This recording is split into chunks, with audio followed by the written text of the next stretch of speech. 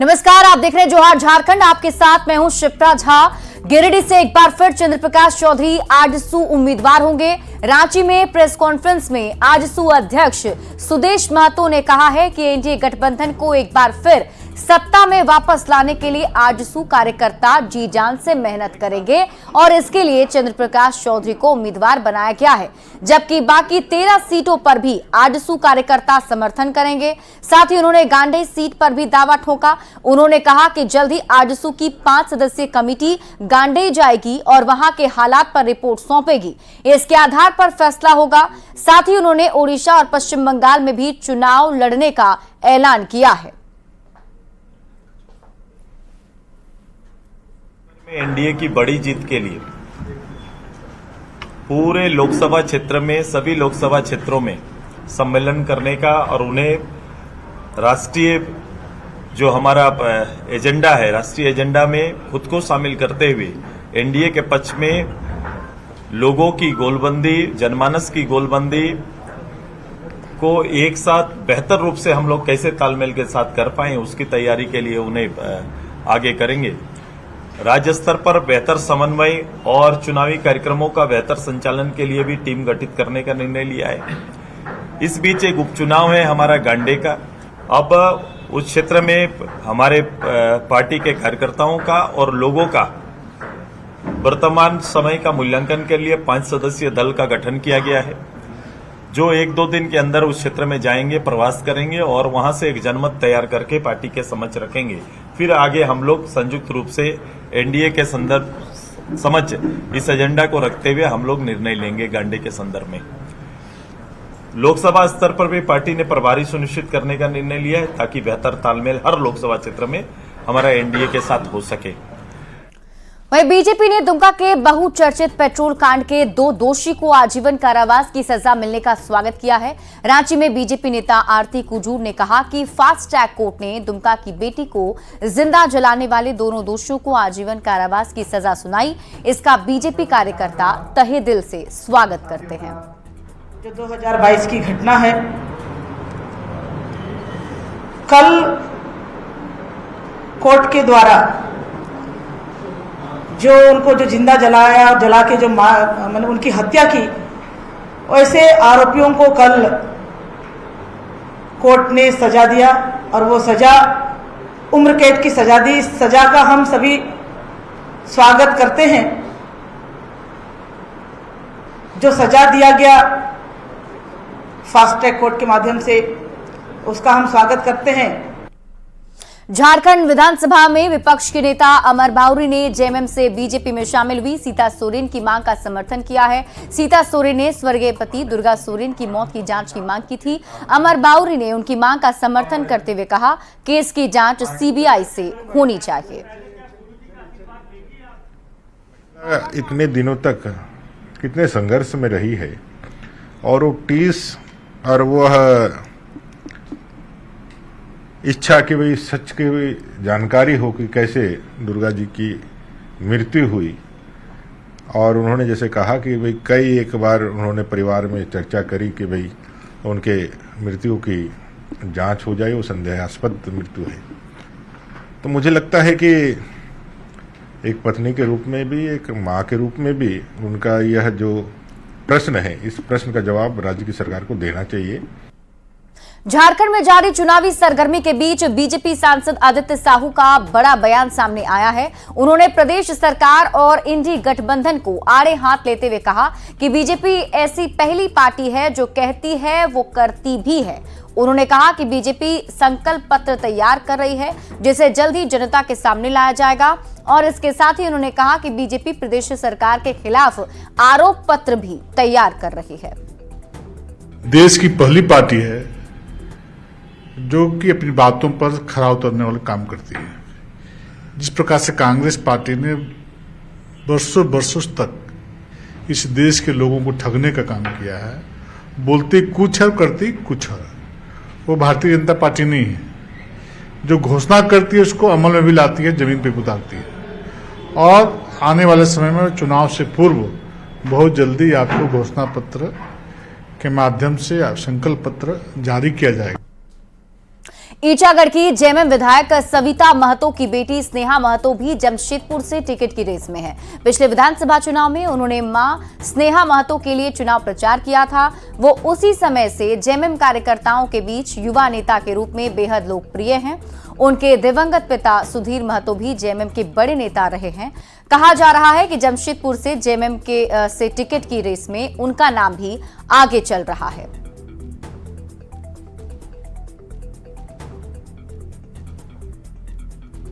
कांग्रेस ने दावा किया है कि बीजेपी के कई विधायक और पूर्व सांसद जल्द ही पार्टी में शामिल होने वाले हैं। कांग्रेस महासचिव राकेश सिन्हा ने कहा कि झारखंड की जनता बीजेपी की नीतियों से बेहद खफा और इस बार 400 पार का नारा पूरी तरह से फेल साबित होने वाला है। भारतीय जनता पार्टी का 400 का नारा है कि इस बार 400 पार, तो उस नारे का टाई फिस झारखंड में ही शुरुआत हो चुकी है और यही कारण है कि लोग भारतीय जनता पार्टी की तरफ अब लोगों का रुझान नहीं रहा।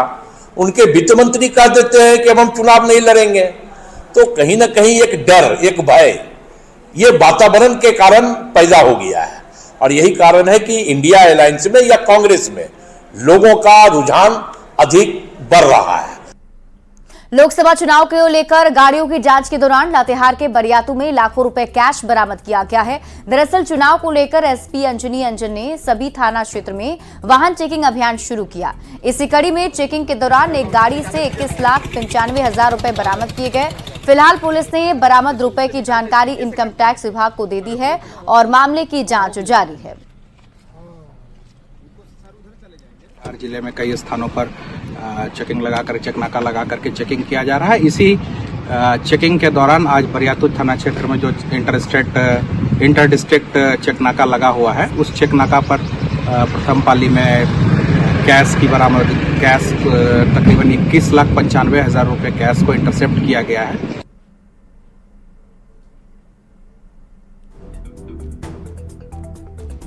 बोकारो के बालीडीह इंडस्ट्रियल एरिया में पुलिस ने अवैध विदेशी शराब की फैक्ट्री में छापेमारी कर करोड़ों की शराब और सामान की जब्ती की थी और इस मामले को लेकर पुलिस गंभीर दिख रही है।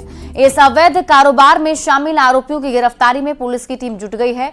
बोकारो जोन के आईजी के साथ डीआईजी और एसपी ने फैक्ट्री का जायजा लिया और जांच में जुटी टीम को कई निर्देश भी दिए गए। उन्होंने पुलिस टीम को फैक्ट्री मालिक के साथ ही संचालक की भी तलाश के निर्देश दिए। साथ ही इस फैक्ट्री के खुलासे को पुलिस के लिए बड़ी उपलब्धि करार दिया है।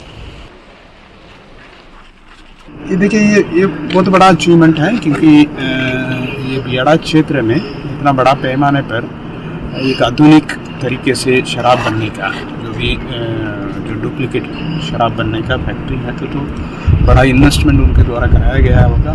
किसी को सूचना न देकर चालू कराया होगा। हम लोग अभी सत्यापन कर रहे हैं ये कब चालू हुआ है, इसको कहाँ शराब वगैरह बेचा है, वो सब चीज़ की। बोकारो के बालीडीह इंडस्ट्रियल एरिया में फैक्ट्री की आड़ में अवैध विदेशी शराब का कारोबार बड़े पैमाने पर किया जा रहा था, जिसका खुलासा पुलिस की छापेमारी में हुआ है। फैक्ट्री में शराब बॉटलिंग करने के लिए सभी उपकरण लगाए गए थे और कई नामी ब्रांड के शराब यहां बनाकर इसे बाहर बेचने का भी काम किया जा रहा था। वहीं छापेमारी के अगले दिन यानी शुक्रवार को उत्पाद विभाग के सचिव मुकेश कुमार ने फैक्ट्री का निरीक्षण किया और इस दौरान उनके साथ बोकारो की डीसी विजया जाधव और बोकारो एसपी समेत कई अधिकारी मौजूद रहे। जानकारी के मुताबिक फैक्ट्री के पीछे सेट बनाकर उसमें आधुनिक तरीके से बॉटलिंग प्लांट स्थापित किया गया था और इसमें शराब बनाने का काम किया जा रहा था। अधिकारियों की माने तो मौके से जब्त सामानों की कीमत 1.5 करोड़ के करीब है। मामले में आगे की कार्रवाई जारी है। में यहाँ पे आप देख रहे हैं इस इंडस्ट्रियल एरिया में एक पानी के यूनिट के आड़ में ये पीछे के तरफ एक शेड बना के अवैध का शराब का मैन्युफैक्चरिंग किया जा रहा है।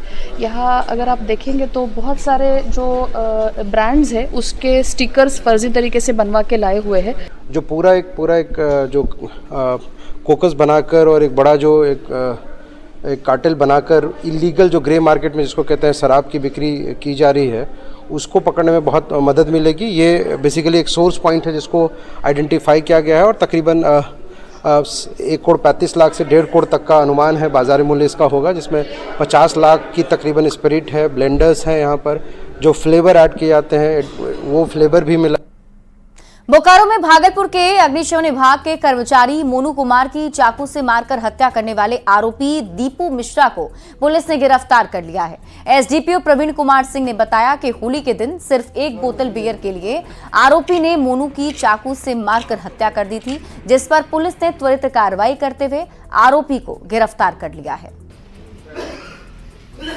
सूचना प्राप्त हुई कि चास थाना अंतर्गत मुस्कान हॉस्पिटल के समीप एक व्यक्ति की चाकू मारकर हत्या कर दी गई है। प्राप्त सूचना के अनुसार तुरंत त्वरित चास पुलिस थाना द्वारा त्वरित कार्रवाई करते हुए घटनास्थल पर पहुंचा गया और कांड के उद्भेदन हेतु सीसीटीवी फुटेज का अवलोकन किया गया। सीसीटीवी फुटेज के आधार पर तथा स्थानीय लोगों से पूछताछ के आधार पर घटना में संलिप्त व्यक्ति की पहचान कर ली गई। सरायकेला के गम्हरिया में तेंदुए ने दहशत मचा रखी थी और अब इस तेंदुए का जमशेदपुर में दिखने का वीडियो वायरल हुआ है। कदमा बायोडायवर्सिटी पार्क में तेंदुआ देखे जाने की खबर से हड़कंप है। अलर्ट मोड में आई वन विभाग की टीम तेंदुए की तलाश में जुटी हुई है। हाथ में डंडा और सिर में हेलमेट लगाए वनकर्मी पूरे पार्क की खाक छान रहे हैं। हालांकि अभी तक तेंदुए के पैर के निशान या फिर कोई ऐसी चीज नहीं मिली है जिससे तेंदुए के होने की पुष्टि हो सके। दरअसल कल ड्यूटी पर तैनात गार्ड इंद्रजीत ने तेंदुए को देखा था, जिसके बाद उसने तेंदुए का वीडियो भी बनाया। ग्राउंड जीरो से इस पर और अधिक जानकारी दे रहे हैं जमशेदपुर संवाददाता प्रभंजन कुमार। जमशेदपुर का बायोडायवर्सिटी पार्क है और इसी पार्क में तेंदुआ होने की खबर को लेकर वन विभाग पूरी तरह यहाँ पर सर्च अभियान चला रही है। आप देख सकते हैं कि किस तरह इस पार्क पे वनकर्मी जो है हाथों में डंडे लिए हुए, सर पर हेलमेट पहने हुए वे तेंदुए की तलाश कर रहे हैं। अरे ऐसी सूचना मिली है लेकिन स्पष्ट सूचना नहीं है, क्योंकि चूंकि शहर है और बचाव के दृष्टिकोण से जो है हम लोग तुरंत अपने सारे कर्मियों को लेकर पूरा पार्क में घूम रहे हैं। अभी तक तो ऐसा कोई निशान देखने को नहीं मिला है जिससे स्पष्ट हो कि तेंदुआ यहाँ आया था या तेंदुआ यहाँ है। अभी तो उसका पग निशान हम लोग चेक कर रहे हैं, पूरा उसके पेड़ पे देख रहे हैं, जहाँ पानी का या उसके छुपने का व्यवस्था है वो सब देख रहे हैं। अभी तक तो कोई निशान नजर नहीं आया है जो हम स्पष्ट कर सके कि तेंदुआ आया या नहीं आया। अगर सही है, कोई देखे हुए हो तो आके तुरंत हम लोग को बताए और सावधानी तो रखें क्योंकि शहर है, और अगर नहीं है तो ऐसी झूठी अफवाह भी फैलाने का प्रयास न करें। तुम देखा सो क्या करने आए थे यहाँ पर? वहाँ पर लाइट जलाने आए थे। नाइट में तो लाइट डे में था, नाइट में जलाने आए, उस टाइम जलाए, उसको यहाँ पे देखे। जमशेदपुर का यह पार्क है, कदमा के स्थित यह पार्क है और इसी पार्क पर तेंदुआ की खबर होने की यहाँ पर एक वीडियो वायरल हुई है। उस वीडियो के वायरल के मुताबिक यहाँ पर वन विभाग पूरी टीम के साथ इस पार्क के बीच वे पूरी तरह छानबीन कर रहे हैं, देख रहे हैं, सर्च कर रहे हैं कि तेंदुआ किस जगह यहाँ पर छिपा बैठा हो सकता है और पूरी तरह सावधानी बरतने के साथ यहाँ पर आप देख सकते हैं कि जो वनकर्मी हैं वे अपने आप को सुरक्षित करते हुए हाथों में डंडे हैं, सर पे हेलमेट पहने हुए हैं और अपने आप को सुरक्षित करते हुए वे इस जगह पे सर्च अभियान चला रहे हैं। लेकिन अभी तक ऐसा कोई निशान नहीं मिल पाया है। लगातार वनकर्मी जो अधिकारी है वे इस पद चिन्ह को ढूंढने का प्रयास कर रहे हैं। इस जगह पे यह खबर मिली है कि कल बीते रात करीबन 7 बजे के आसपास इस पार्क में तेंदुआ को देखा गया है। वायरल वीडियो को लेकर वन विभाग पूरी तरह सचेत है और इस क्षेत्र पे, इस पार्क के अंदर पे पूरी तरह सुरक्षा मानक को देखते हुए इस तेंदुए की तलाश कर रहे हैं। प्रभंजन कुमार, न्यूज़ 18 जमशेदपुर। तो जमशेदपुर के कदमा पार्क में तेंदुआ देखे जाने की खबर के बाद 2 दिनों तक पार्क को बंद कर दिया गया है। वहीं जमशेदपुर वन क्षेत्र अधिकारियों ने लोगों से भी अपील की है कि रात के समय अकेले ना निकलें। एक हेल्पलाइन नंबर भी जारी किया गया है। हालांकि अधिकारियों का कहना है कि जिस जंगली जानवर के पैर के निशान मिले हैं वो निशान तेंदुए का नहीं लग रहा है। साथ ही वीडियो में देखने पर भी जानवर का स्किन टेक्सचर तेंदुए जैसा नहीं है। डीएफओ ममता प्रियदर्शी की माने तो ये जंगली बिलार हो सकता है। इसके बावजूद पार्क के अंदर सर्च अभियान चलाया जा रहा है ताकि अगर कोई खतरनाक जानवर हो तो उसका रेस्क्यू किया जा सके। जब हमारी वन विभाग की टीम और टाटा जू के क्यूरेटर खुद यहाँ मौजूद हैं और ये दोनों टीम जब मिलकर यहाँ पे ऑब्जर्व कर रही है तो हमें कुछ स्कैट्स पाए गए हैं। स्कैट्स में ये फुल्ली क्लियर है कि ये लेपर्ड का स्कैट नहीं है। ये ज़्यादा चांसेस है कि एक जंगल कैट का स्कैट होना चाहिए। इसे हम अभी लैबोरेटरी टेस्ट के लिए भेज रहे हैं। साथ में अभी ये पार्क 2 दिनों तक बंद रहेगा। उस वीडियो में जो मैंने दिख रहा है वो लेपर्ड का जो स्किन टेक्सचर है वो कहीं नहीं दिख रहा है। तो हम लोग ऑन द स्पॉट आके इसका साइट वेरिफिकेशन किए, तो चूंकि एक पूरा ड्राई एरिया है तो किस तरह का कोई पगमार्क नहीं दिखा। लेकिन जिस जगह का वीडियो दिखा रहे हैं और सिक्योरिटी गार्ड से बात करने के बाद उनको सारा फोटो वगैरह हम लोगों ने दिखाए, जंगल के लेपर्ड जो प्रोबेबल एनिमल हो सकता है, तो उन्होंने जब लेपर्ड दिखाएगा तो उन्होंने डिनाई किया कि इस तरह का नहीं था। 6:30 या 6:45 के टाइम में आए थे लाइट जलाने के लिए, तो लाइट जलाए, उसके बाद रूम की तरफ जा रहे थे, टाइम वहाँ पे देखे, मोबाइल निकल के वीडियो बनाया उसका। उसके बाद जब दिखा नहीं तो वीडियो वहीं पर रोक दिए, जो दोस्त था मेरा और एक जन, उसके पास चल गए उधर, वीडियो ग्रुप पे छोड़ दिए। गिरिडीह के आजसू उम्मीदवार चंद्र प्रकाश चौधरी ने गिरिडीह से दूसरी बार भी शानदार जीत का दावा किया है। आजसू की ओर से उम्मीदवार घोषित होने के बाद उन्होंने कहा कि उन्हें सभी वर्गों का समर्थन है और इस बार पिछले चुनाव से भी ज्यादा बड़ी जीत मिलेगी। उनसे बात की है न्यूज 18 संवाददाता संजय सिन्हा ने। सवाल है कि जनता आखिर आपको वोट दे तो क्यों? देखिए, जनता क्यों वोट देती है? जनता जो हमारा विकास का एजेंडा, जो 5 साल जो हमारा कार्यकाल रहा और राष्ट्रीय स्तर पर जो आदरणीय नरेंद्र मोदी जी के नेतृत्व में जो काम करने का अवसर मिला और मुख्य रूप से हमारा भारत कैसे मजबूत हो, हमारा भारत 2047 में सबसे आर्थिक रूप से मजबूत हो, यह हमारा प्रयास है और उनके साथ काम करने का मौका मिला, यह हमें सौभाग्य है। दादा, वहाँ आपका मुकाबला मथुरा महतो से हो सकता है, तो क्या लगता है कि जनता आप लोग में से किसे भरोसा कर चुकी? वो भी देखिए, इससे पहले भी जगन्नाथ महतो कद्दावर नेता था, उनके साथ भी मुकाबला हो चुका था, इसलिए हमारा ये कोई विषय नहीं। पार्टी का एजेंडा है, पार्टी के एजेंडे के पर चुनाव लड़ता। पिछला बार का भी रिकॉर्ड है, जो आज तक न कोई इतना वोट लाया था, न इतना अंतर से कोई जीता था। इसलिए हमारे कार्यकर्ता और हम वहाँ के वोटर और वहाँ अपने कार्यकाल में जो हमारा संगठन मजबूत है और एनडीए का जो संगठन मजबूत है, दोनों इंटैक्ट है और दोनों मिलकर उस सीट को फिर से पिछले बार से अधिक वोट से हम लोग चुनाव जीते हैं। कुर्मी वोट का समर्थन उनके साथ भी आपके साथ भी है, तो आपको क्या लगता है? ऐसा नहीं, जो वोटर हमारे हैं, जो हमारे वोटर हैं, निश्चित तौर पर 100% किसी का वोटर नहीं होता, लेकिन पिछले आंकड़ा आप देखेंगे तो 80% वोट हमारे साथ था और सभी लोगों ने व्यापक समर्थन भी दिया था और हम लोग इस चुनाव को हम लोग जीते थे। बिल्कुल, तो एक तरीके से चंद्र प्रकाश चौधरी साफ दावा कर रहे हैं कि इस बार लोकसभा चुनाव में उनका जीत का जो अंतर है पहले की तुलना में ज्यादा होगा। साथ ये कह रहे हैं कि जो कुर्मी जाति का वोट का जो खासकर जो इसको कैडर वोट मानते हैं, उस वोट में भी प्राप्ति में इजाफा होगा। कैमरामैन संत के साथ संजय कुमार सिन्हा, न्यूज 18 रांची। झारखंड में लोकसभा चुनाव की सरगर्मी तेज हो गई है। हजारीबाग में जेपी पटेल कांग्रेस प्रत्याशी बनाए गए हैं और चुनाव से जमकर बीजेपी पर हमला बोल रहे हैं। आगामी चुनाव को लेकर कांग्रेस की क्या रणनीति है, इस पर जेपी पटेल से बात की है संवाददाता सुशांत सोनी ने। देश के जो प्रत्याशी हैं जयप्रकाश भाई पटेल हैं, हम इनसे जानेंगे कि इस बार का जो चुनाव का मुद्दा होगा क्या कुछ होने वाला है। देखिए, हजारीबाग जो चुनाव है लोकसभा, ये यहाँ के हिसाब से होगा, क्षेत्र यहाँ के क्षेत्र के हिसाब से होगा, क्योंकि देश में 2 बार एनडीए गठबंधन को पूर्ण बहुमत के साथ यहाँ के लोगों ने मोदी सरकार को चुना, लेकिन हजारीबाग को क्या क्या मिला? हमारे यहाँ इतने कल कारखाने हैं, जल जंगल जमीन, इसकी रक्षा कहाँ हो पाई? देखिए, सबसे पहले तो मेन मुद्दा, जो मुख्य मुद्दा है सही माने में, जो आप बोले पलायन, पुनर्वास, विस्थापन, लोगों को रोजगार मिले। हमारा शोषण हो रहा है, हमको गर्दा मिल रहा है, हमको पोल्यूशन मिल रहा है, हमको पानी शुद्ध रूप से नहीं मिल पा रहा है। लेकिन इन्होंने ई ऑक्शन को जो है, ई ऑक्शन में कोयले की क्वांटिटी को कम कर दिया और सारा कोयला कम पैसे में बड़े बड़े कंपनियां को दिया जा रहा है। ये थे हमारे साथ इंडिया गठबंधन के उम्मीदवार जेपी पटेल, जिन्होंने तमाम तरह के मुद्दा पर बात की। साथ ही साथ इन्होंने बताया अगर जनता इन्हें इस बार मौका देती है तो जनता की जो कई अहम मुद्दे हैं, चाहे वो बेरोजगारी की बात कर ले या फिर तमाम तरह के विकास की या फिर विस्थापन को लेकर, इन सभी पर जो है इनका मुख्य ध्यान होगा। सुशांत सोनी, न्यूज 18, हजारीबाग।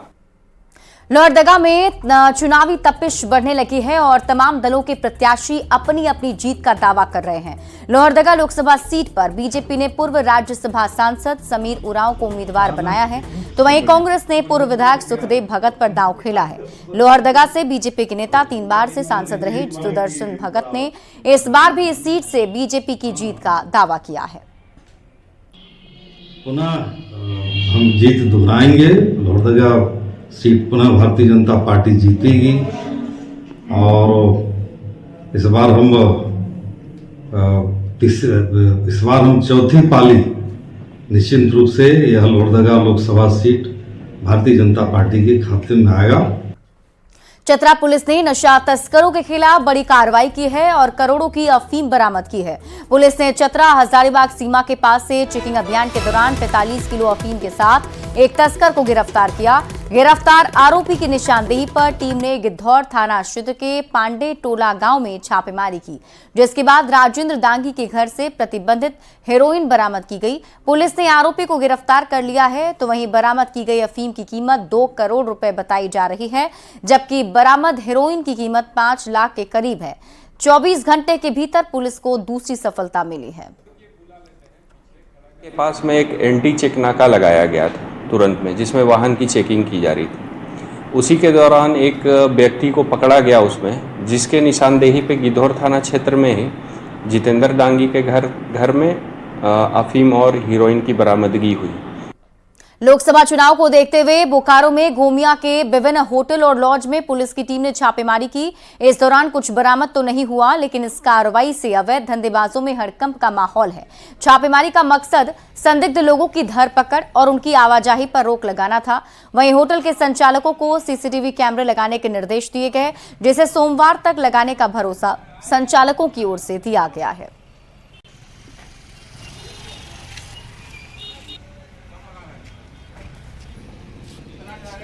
लोकसभा चुनाव को देखते हुए संदिग्ध व्यक्तियों को आने जाने पर के बारे में छापेमारी किया गया, ताकि इस पर रोक लग सके, संदिग्ध व्यक्ति यहाँ नहीं आए। और भी कुछ सूचना थी, जिसके चलते भी छापेमारी किया है। यहाँ गोमिया चौक के आसपास 4 लॉज हैं, राहुल किया गया। अब सभी लॉज संचालक को सीसीटीवी कैमरा लगाने का के लिए हिदायत किया गया, जिन सभी ने कहा कि सोमवार तक हम लोग कैमरा लगा लेंगे। कुछ बरामदगी भी हुई है सर? नहीं, वो सब कुछ तो नहीं। और फिलहाल इस बुलेटिन में अभी के लिए बस इतना ही। आप देखते रहिए न्यूज़ 18 बिहार झारखंड।